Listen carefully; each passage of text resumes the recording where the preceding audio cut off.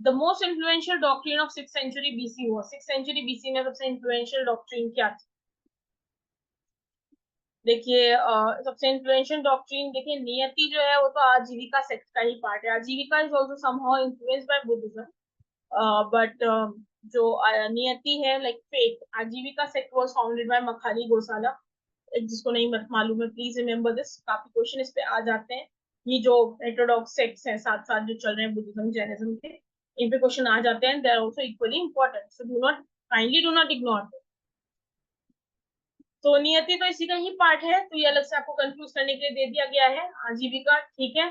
श्रमाना जो है that is like Buddhism का ही एक पार्ट है। एट फोल्ड पाथ जो फॉलो करने के लिए कहा जाता है बुद्धा का। संघा आपको भी पता है क्या होता है, जिस लाइक इट्स मॉन्क्स और नन जहाँ पे साथ में रहते हैं, बुद्धिस्ट मॉन्क्स एंड नन, उसको बोलते हैं संघा। तो 6th सेंचुरी बीसी के अगर पर्टिकुलरली सबसे ज्यादा इन्फ्लुएंशियल डॉक्ट्रिन की बात करें तो वो आजीविका, ठीक है। तो इसी तरीके से आपको याद रखना पड़ेगा थोड़ा सा कि किस टाइम पीरियड में कौन सी डॉक्ट्रिन सबसे ज्यादा इन्फ्लुएंशियल थी, इंपॉर्टेंट थी, और उस डॉक्ट्रिन के बारे में बेसिक बेसिक की उसके फाउंडर, जैसे आजीविका के बारे में किसने फाउंड किया, मखाली गोसाला। उसका मेन क्या है डॉक्ट्रिन, नियति, fate. It depends on that. Alright, yeah next question. The earliest source dealing exclusively with astronomy is, ठीक है। जो एस्ट्रोनॉमी से डील करने वाला अर्लीस्ट सोर्स, सबसे पुराना सोर्स, कह दे कि फिर से सोर्स पे क्वेश्चन आ गया। तो मैं आपको कॉन्टिन्यूसली इस वीडियो के स्टार्टिंग से आपको बता रही हूँ कि सबसे ज्यादा तो क्वेश्चन इसमें मुझे अब तक दिखे हैं। मतलब आपका अब तक कितने क्वेश्चन, 42 क्वेश्चन पे हम लोग आ गए हैं 25 से।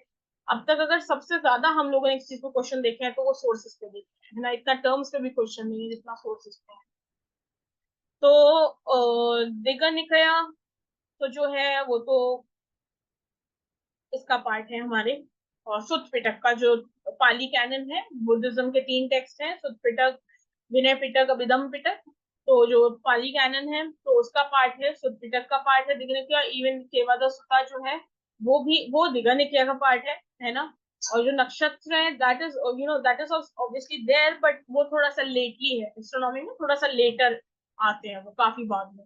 तो जो वेदांगास है हमारे 6 वेदांगास, ऑब्वियसली वेदास एंड वेदांगास, ये तो हम नॉर्मली भी सोच सकते हैं कि जो वेदास और वेदांगास हैं, सबसे पहली चीज हिस्ट्री में हमें वही पढ़ाई जाती है पैलियोलिथिक और इंडस वैली के बाद। तो उससे पुराना तो नहीं ही है कुछ भी। अगर आप इतना भी थोड़ा सा माइंड अपना एनालिटिकली लगाएंगे तो आपको समझ में आ जाएगा कि जो ज्योतिषा वेदांग है वो वो भी जो है वही है आंसर। तो हमारे 6 वेदांगास हैं और 4 वेदास हैं, है ना। और 4 उपवेद भी है ना। तो आपको ये सब के बारे में तो अच्छे से इंफॉर्मेशन होनी ही चाहिए। सो मैं वैदिक पीरियड में जिस तरह से टर्म्स इंपॉर्टेंट है उसी तरह वैदिक पीरियड के सोर्स भी इक्वली इंपॉर्टेंट है, very very important, please remember this.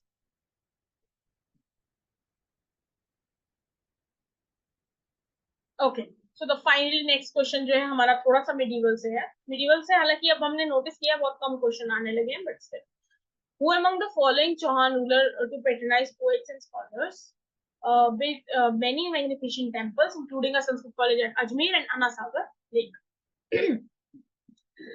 देखिए सबसे पहले तो जो जयचंद है वो गहावदास यानी कि चौहान डायनेस्टी से है ही नहीं, तो जयचंद का जो ऑप्शन है वो तो डिलीट हो जाता है। बाकी Prithviraj 3 and Prithviraj 2 were definitely not there, ठीक है, मोस्टली वॉर्स पे है इनका।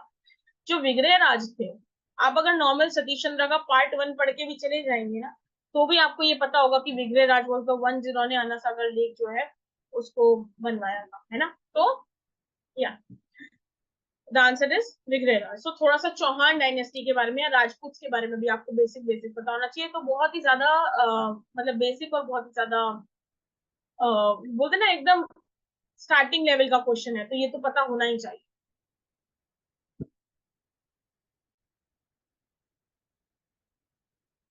ओके, सो या अब देखिए थोड़ा सा टर्म्स एंड टर्मिनोलॉजी भी है कि सौंदर्य क्या होता है। तो सौंदर्य का मतलब होता है एग्रीकल्चरल लोन्स।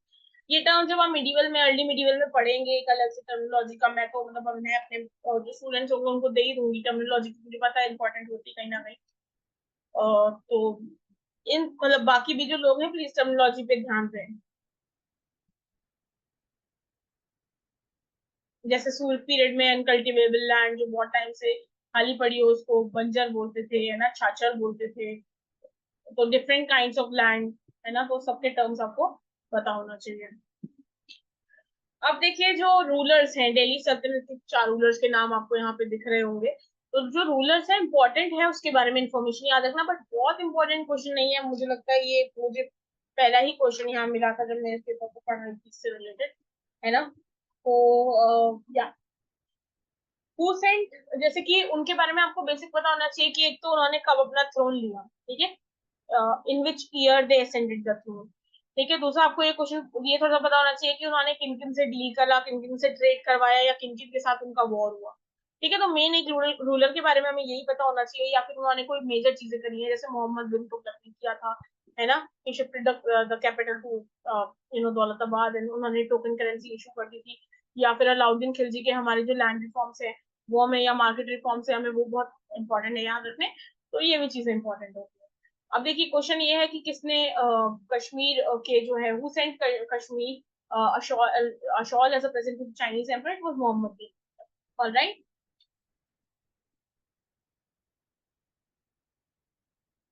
नेक्स्ट हमें इनकरेक्ट स्टेटमेंट इसमें आइडेंटिफाई करना है। देखिए Balban ascended the throne in 1266, ठीक है, ये बिल्कुल सही है, he ascended the throne in 1266, okay. जब नसीरुद्दीन महमूद जो कि एक तरीके से एक पपेट एम्परर बन के रह गए थे और काफी छोटे भी थे, after the death of Razia Sultan, तो फिर finally Balban took the throne. Balban was sold as a slave in Turkestan, नहीं गलत है, Balban was brought up by Iltutmish in Delhi, ये सही है। बलबन वाज अ चिलगानी तुर्क, ये भी सही है। मतलब बलबन को दिल्ली में इल्तुतमिश लाए थे, वो एक तुर्क थे, चिलगानी तुर्क, और उनका थ्रोन जो है थ्रोन असेंड उन्होंने 1266 में किया था। तो only B is incorrect, so A C D are correct with the third option, okay.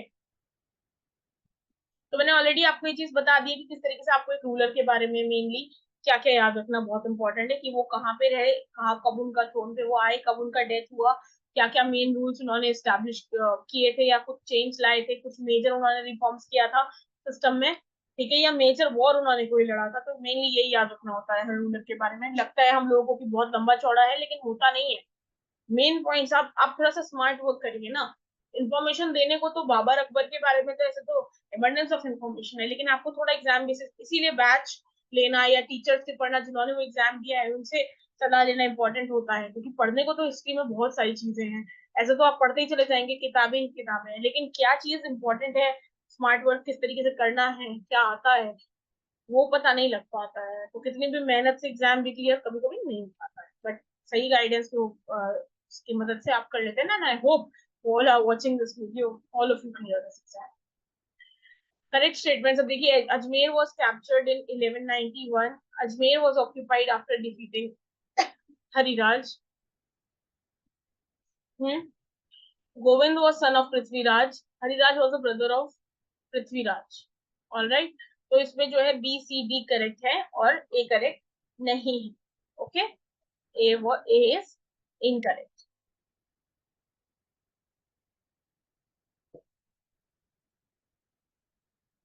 The real greatness of the Chola empire started with the accession of, ये देखिए थोड़ा सा, अब देखिए अगेन ये सब रूलर्स के नाम है, तो उनके साथ आपको पढ़ना पड़ेगा कि कौन से रूलर के साथ कौन से कितने अचीवमेंट्स, जिसके साथ सबसे ज्यादा अचीवमेंट्स या फिर मतलब एसोसिएटेड है, उनका जो पीरियड है वो काफी प्रॉस्पेरस रहा है। तो उसी तरीके से आपको पता होना चाहिए कि किसका जो पीरियड है वो सबसे ज्यादा प्रॉस्पेरस रहा है। So it is this, the second option, अरुमोलीवर्मन।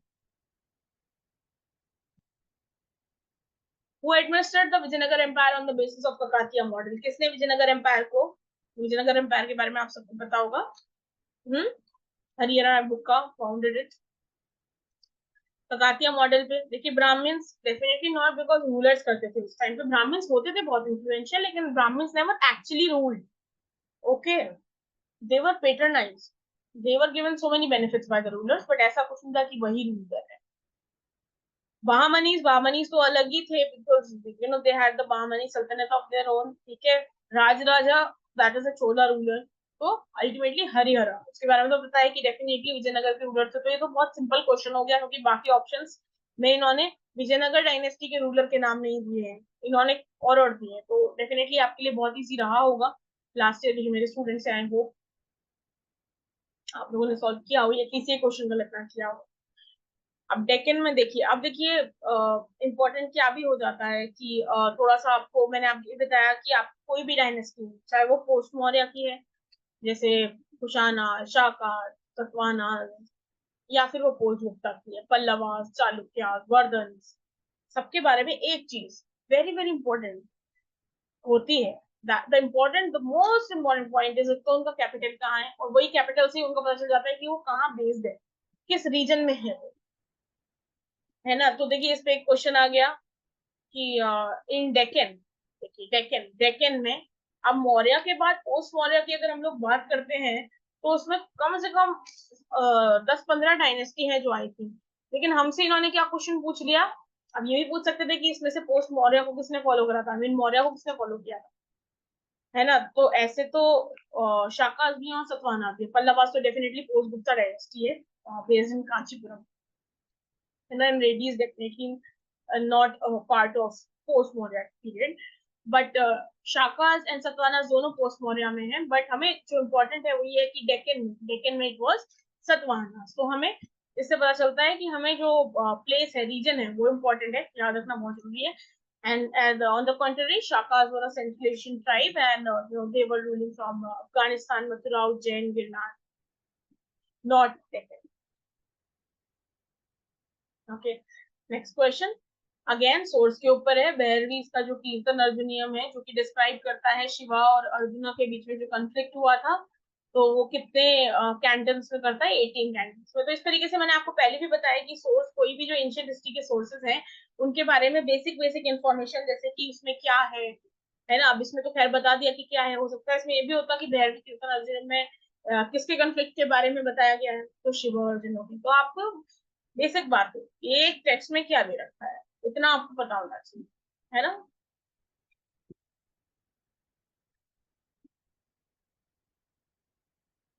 Next assertion reasoning के क्वेश्चन आते हैं, ठीक है। ड्यूरिंग दिल्ली सल्तनत task of transporting food ways, हम सबको पता है कि दिल्ली सल्तनत के टाइम पे फूड वेज जो है ट्रांसपोर्ट किए जाते थे कंट्री साइड से, ठीक है। तो वो करवनियाज, बिल्कुल सही, उनके थ्रू करे जाते थे। या कभी आपको फैक्चुअल में पूछा जाए तो आप ये याद कर लीजिएगा, करवनियाज। It was to fill up the royal stores, ऐसा नहीं है, it was also for trade. तो इसका जो एजर्शन है वो करेक्ट है, रीजन है वो फॉल्स। या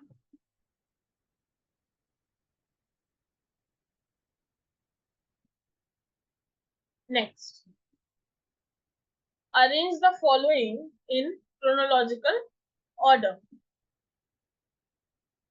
ठीक है। तो क्रोनोलॉजिकल ऑर्डर क्या होता है, क्रोनोलॉजिकल ऑर्डर में हमारा ये होता है कि जब भी आपको कोई 4-5 चीजें दे दी जाएंगी तो आपको असेंडिंग से डिसेंडिंग में, यानी कि जो पहले हुआ था वो सबसे पहले, और फिर उसके बाद उसके बाद उसके बाद उसके बाद, ऐसे आप लगाते चले जाए, है ना। तो वो होता है क्रोनोलॉजिकल ऑर्डर में अरेंज करना। ऑलराइट, तो हम सबको पता है कि सबसे पहला तो इसमें अफगान वॉर ही हुआ है ना। बी, है ना। तो B is definitely the first thing that happen. और उसके बाद सिख वॉर्स, हमें मतलब देखिए, जब इंग्लिश जो है, मतलब जो इंग्लिश पार है, वो कैप्चर कर रही थी, तो उनके वॉर्स हुए थे, है ना। मराठास के साथ भी हुए थे, सिख के साथ भी हुए थे, है ना। और बैटल ऑफ प्लासी तो हुआ ही हुआ था, काफी सारे मतलब हुए थे उनके साथ, है ना। मैसूर में भी हुए थे, टीपू सुल्तान एंड ऑल, उनके साथ। तो हम सबको पता है कि ये तो पहली चीज है ही, लेकिन फिर भी थोड़ा बहुत भी अगर आपको आइडिया, फिर भी आपको ईयर्स याद होने चाहिए। मैं ये कहूंगी, मैं नहीं कह रही आप इस तरीके से बैठ के अंदाजा लगाइए कि सबसे पहले यही हुआ था।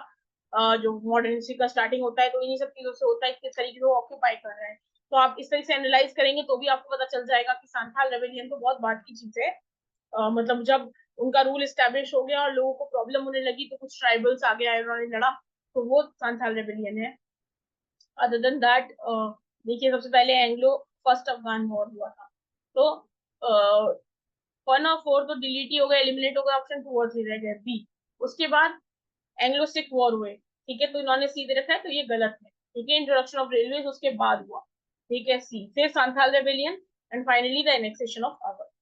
तो आपको इन सब चीजों के बारे में याद रखना पड़ेगा कि किस तरीके से एक क्रोनोलॉजी, और स्पेसिफिकली मैंने लास्ट टाइम भी अपने बैच में किया था कि मैंने बच्चों से पूरा बैठ के उनको पूरा क्रोनोलॉजी बनवाया था कि किस तरीके से क्या हुआ है, पहले क्या हुआ है, बाद में, उसके बाद क्या हुआ है, थ्रू आउट।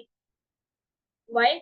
क्योंकि जनरली कंफ्यूज हो जाते हैं। जैसे चैप्टर वाइज बनवाया था मैंने, तो अगर आपको इसमें चैप्टर वाइज, अब देखिए आपको ये भी पता होगा ना कि पहले वॉर हो रहे हैं, उसके बाद ट्राइबल अपराइजिंग्स आ रही हैं, तो आपको थोड़ा भी आइडिया है ना, रफ आइडिया तो आप कर दो। इसमें ईयर्स नहीं पूछे हैं, इसमें बस आपको क्रोनोलॉजी में लगाना है, तो थोड़ा इजी पड़ जाता है। ईयर्स पूछे होते हैं तो थोड़ा सा कंपैरेटिवली डिफिकल्ट होता है।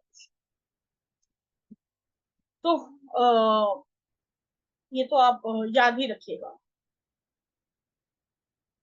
ये question number 54, in my knowledge I think it is a dot question,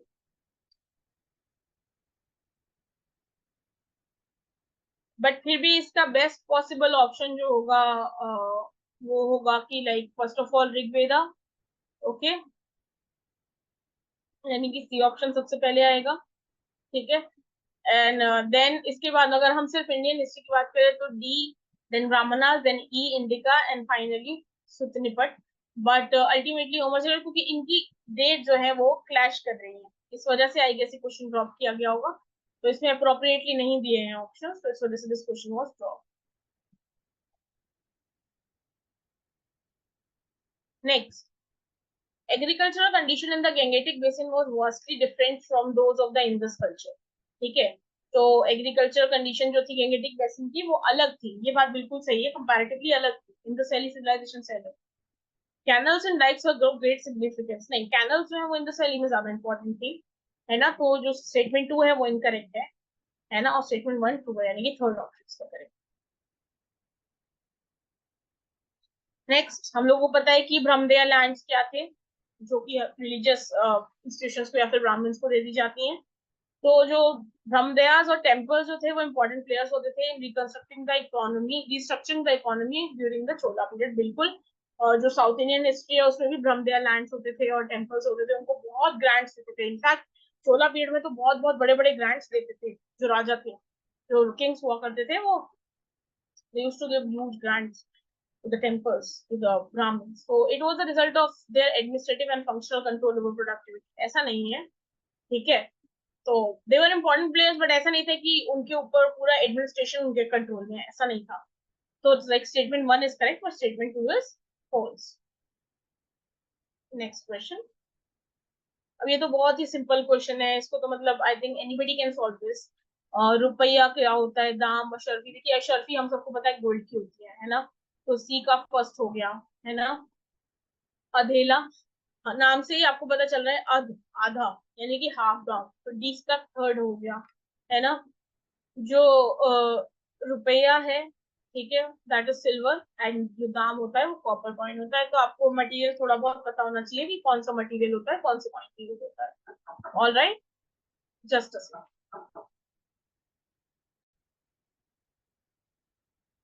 okay. So yeah, तो दिस इज वेरी सिंपल। आपको कॉइन, कौन सा कॉइन किससे बनता था, उसको क्या बोलते थे, आई थिंक ये तो बहुत सिंपल सा क्वेश्चन है। जब भी आप किसी इकोनॉमी के बारे में पढ़ते हैं, मौर्याज हो या कोई दिल्ली सल्तनत हो, मुगल्स हो मिडीवल में, या फिर एंशियंट में गुप्ताज हो, पूर्व गुप्ता हो, सतवानाज हो, आई मीन पोस्ट मौर्याज हो, कोई भी हो, आप सबसे पहले यही पढ़ते हैं कि उनकी जो करेंसी थी वो किस चीज से बनती थी, कौन से मटेरियल से बनती थी, और उसको क्या कहते हैं। Very factual and very normal, very I mean middling type का क्वेश्चन है, बिल्कुल easy actually, I should say not even the middle वाला difficulty level. Okay, so the next question, अब देखिए ये सोर्सेस पे क्वेश्चन है, और फाइनली मैंने बोला था कि एक आध क्वेश्चन मुझे दिखा था जो कि मिडिवल हिस्ट्री पे है और सोर्सेस के ऊपर है। So this is the one which I was talking about. ठीक है, तो इसमें देखिए अब्दुल्ला तारीख दाऊदी लिखी है उन्होंने, और जो बदाऊनी है उन्होंने मुंतखाबल तवारीख।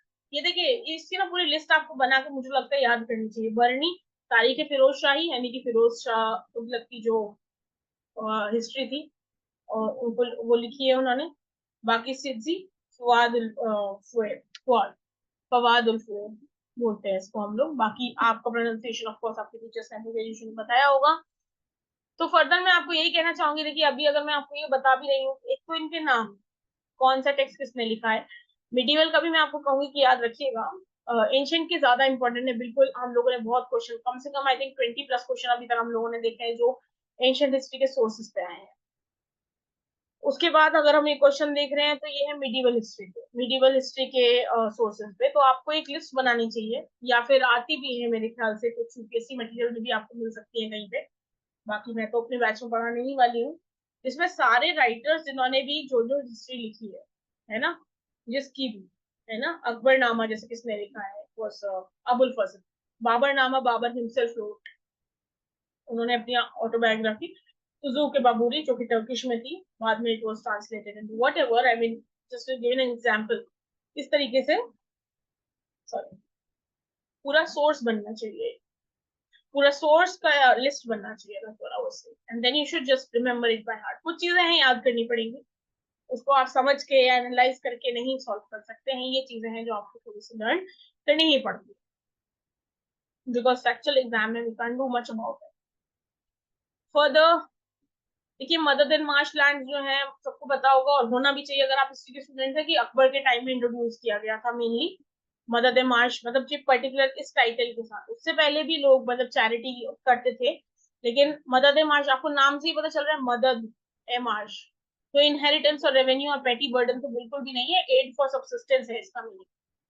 ठीक है, जो एड देते थे वो, कि मतलब भाई मदद करने के लिए, कोई अपना गुजार बसर कर सके, इस वजह से वो जो एड प्रोवाइड करते थे, दैट दोज लैंड्स और that kind those things were called मदद इन मार्श लैंड्स। एक तरीके से चैरिटी मान लीजिए। ओके, अब देखिए थोड़ा सा मॉडर्न हिस्ट्री पे क्वेश्चन है, who is the author of India wins freedom, it was Maulana Azad, है ना। तो आपको, या बुक्स एंड ऑथर्स, जैसे मॉडर्न हिस्ट्री में जो इम्पोर्टेंट लोग हैं, सावरकर भी एक तरीके से इम्पोर्टेंट है अगर हम एग्जाम की बात करें।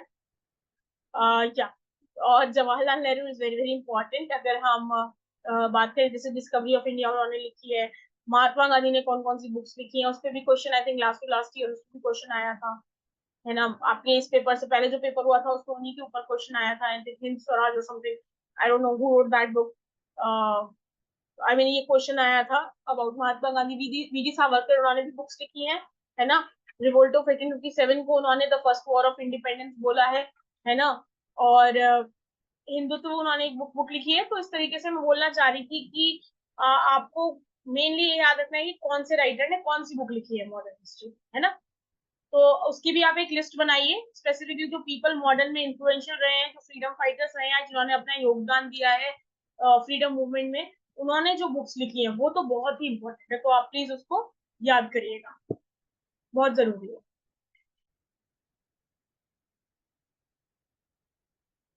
या, तो that is what I said just now, that please remember this. Further, या, territory is held on the same basis as Rajni, but not against any rank or without any obligation, or known as इनाम। अब देखिए medieval में भी lands के different different name से इनाम lands जो थे वो रिलीजियस इंस्टीट्यूशंस को दे दिए जाते थे, या ब्राह्मण्स को, इन द सेंस रिलीजियस लोगों को दे दिए जाते थे। तो वो, या जो है इनाम लैंड्स कहलाते हैं, ठीक है। ये जब आप किसी भी पीरियड की इकोनॉमी पढ़ेंगे, मुगल्स की या फिर दिल्ली सल्तनत की या किसी की भी, तो उनकी लैंड्स और वेरियस वो लोग डेजिग्नेट करते हैं, उसके बारे में आप पढ़ेंगे ही पढ़ेंगे। तो आप लोग इसके बारे में बिल्कुल इकोनॉमी को बहुत अच्छे से पढ़िएगा। इकोनॉमी में ट्रेड भी आता है, तो इन दोनों टॉपिक्स क्वेश्चन आ जाते हैं। हालांकि अब तक हमने ट्रेड के ऊपर कोई ऐसा बहुत डायरेक्ट क्वेश्चन नहीं देखा है, बट फिर भी वो इम्पोर्टेंट है, आ सकता है। इसका रीजन क्या दिया था, revenue of these rivers for, नहीं बिल्कुल भी नहीं, इंपीरियल ट्रेजरी के लिए वो रेवेन्यू आता ही नहीं था, you know, that was used by those people only. तो एजर्शन सही है, इसका रीजन जो है वो फॉल्स है, नॉट करेक्ट, यानी कि third third option is the correct option for this. Alright, okay, so the next question, after which battle the pattern of the company's commercial relation with India underwent a qualitative change? It was battle of Plassey, of course, है ना। तो जो mainly commercial relation change हुए थे कि भाई now finally the company will rule and it will trade, so वो battle of Plassey के बाद ही हुए।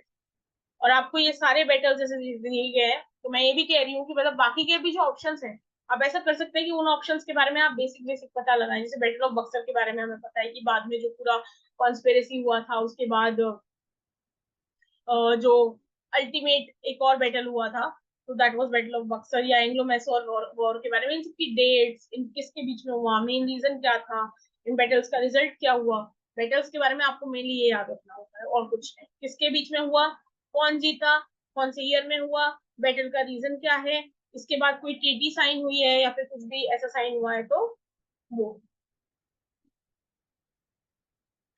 अब देखिए रिलीजियस रिफॉर्म्स एक टॉपिक है जो कि बहुत ही इंपॉर्टेंट टॉपिक है, ठीक है, और उसको आपको याद रखना है। तो रिलीजियस रिफॉर्म बॉम्बे में 1840 में किसके द्वारा हुआ, तो it was परमहंस मंडली and it was started by 2-3 people and I mean Daduba Pandurang was one of them, है ना। ब्रह्मो समाज वाज बाय राजा राम मोहन रॉय, लेकिन ये इनकी डेट जो है वो पहले हो गया था, ये थोड़ा सा बात की डेट है 1828 के अराउंड, है ना। और जगह भी अलग है, दैट वाज इन कैलकाटा, है ना। प्रार्थना समाज टू आत्माराम पांडुरंग ने स्टार्ट किया था, सो या मच लेटर बट। और ये आर्य समाज भी बहुत लेट था, 1840 को बिल्कुल भी नहीं था। तो आप लोगों को, लेकिन अब इससे क्या है, आर्य समाज वाज बाय दयानंद सरस्वती, है ना। एंड प्रार्थना समाज का भी मैंने आपको बताया कि किसके द्वारा था, लेकिन मेन रीजन इनका सबका ज्यादातर का यही था, इन सबका ही। ब्रह्मो समाज में राजा राम मोहन के एफर्ट से सती का एबॉलिशमेंट हुआ, है ना। तो ये सब मेनली रिलीजियस रिफॉर्म्स लाने के लिए थे कि जो सोशल इविल्स चल रहे हैं उसको किस तरीके से रिफॉर्म किया जाए, है ना। तो आर्य समाजी जो थे उन्होंने भी, यानी कि दयानंद सरस्वती ने भी काफी चीजें करी हैं, है ना। Like he also tried to do away with the social evils whatever, या कोई भी ऐसा बहुत ज्यादा उन्होंने ये बोला कि जो वेदास हैं उनमें इस तरीके की evil practices like child marriage and all नहीं दी गई है, विडोरी मैरिज भी पॉसिबल है। तो उन्होंने ये बोला कि let's go back to the actual Vedas जिनमें ये सब नहीं है। तो दैट इज व्हाट आर्य समाजी वर अबाउट। तो परमहंस मंडली भी इस तरीके से रिलीजियस रिफॉर्म के लिए थी, and it was one that was established in Bombay in. इनके, हाँ, तो मैं ये बता रही थी एक और चीज इंपॉर्टेंट है कि रिलीजियस रिफॉर्म मूवमेंट में भी बहुत इंपॉर्टेंट है, एक तो इन सभी के ईयर का नाम, इन सभी के फाउंडर का नाम, इनका मेन एजेंडा क्या है, क्या रिफॉर्म कर रहे हैं ये, या इनकी वजह से कोई मेन, जैसे ब्रह्मो समाज में राजा राम मोहन रॉय के एफर्ट से अबॉलिशन ऑफ सती हुआ था, है ना।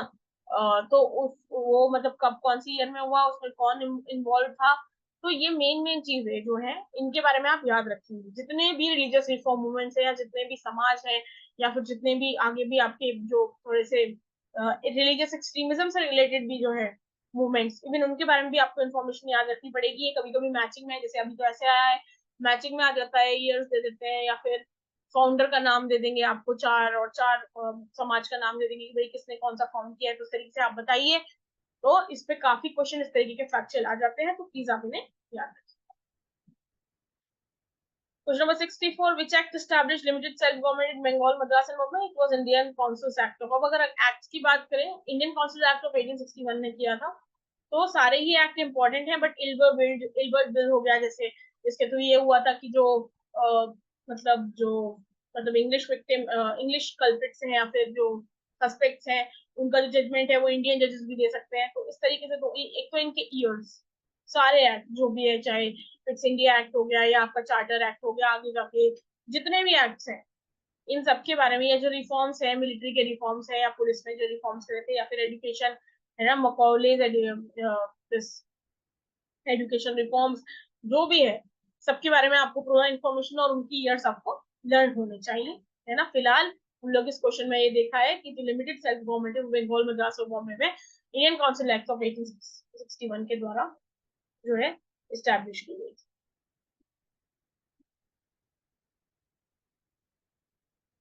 All the radical development on the present front culminated in the formation of the, ये तो बहुत सिंपल क्वेश्चन है, इट वाज ऑल इंडिया किसान सभा एक। तो मैंने आपको बताया अब तक की रिलीजियस रिफॉर्म्स कैसे इंपॉर्टेंट है, रिफॉर्म मूवमेंट इस तरीके से जो peasant movement, working class movement, women का कंट्रीब्यूशन, और जो ट्राइबल मूवमेंट्स हैं या फिर डिफरेंट डिफरेंट रीजनल मूवमेंट्स हैं, by peasants, by cultivators, by farmers, ये सब भी इक्वली इम्पोर्टेंट हैं, बहुत बड़ा रोल प्ले करते हैं ये इंडियन हिस्ट्री में या फिर इंडिया के इंडिपेंडेंस दिलाने में। तो इनके जो मोमेंट्स है वो हमारे टेस्ट के लिए, हमारे एग्जाम के लिए, सीबीटी पीजी हिस्ट्री के लिए बहुत इंपॉर्टेंट होते हैं। एंड मैंने ये चीजों पे बहुत बेसिक, बहुत मेजर ध्यान देके अपने नोट्स बनाए थे कि आपकी ये टॉपिक जो मैंने अभी बोले हैं ये कवर हो जाए। बहुत इंपॉर्टेंट, जैसे काफी सारों के नाम होते हैं, वही होता है, याद वही रखना होता है, एक इनका एजेंडा, एक इनका नाम, एक इनका ईयर ऑफ एस्टेब्लिशमेंट, एक इनका फाउंडर। कोई भी सपना साकार करने के लिए सबसे जरूरी है सही कोच का होना। चुनिए ड्रीम यूनिवर्सिटी को और करें अपने CUET अदर एंट्रेंसेस का सपना साकार। Download the app now.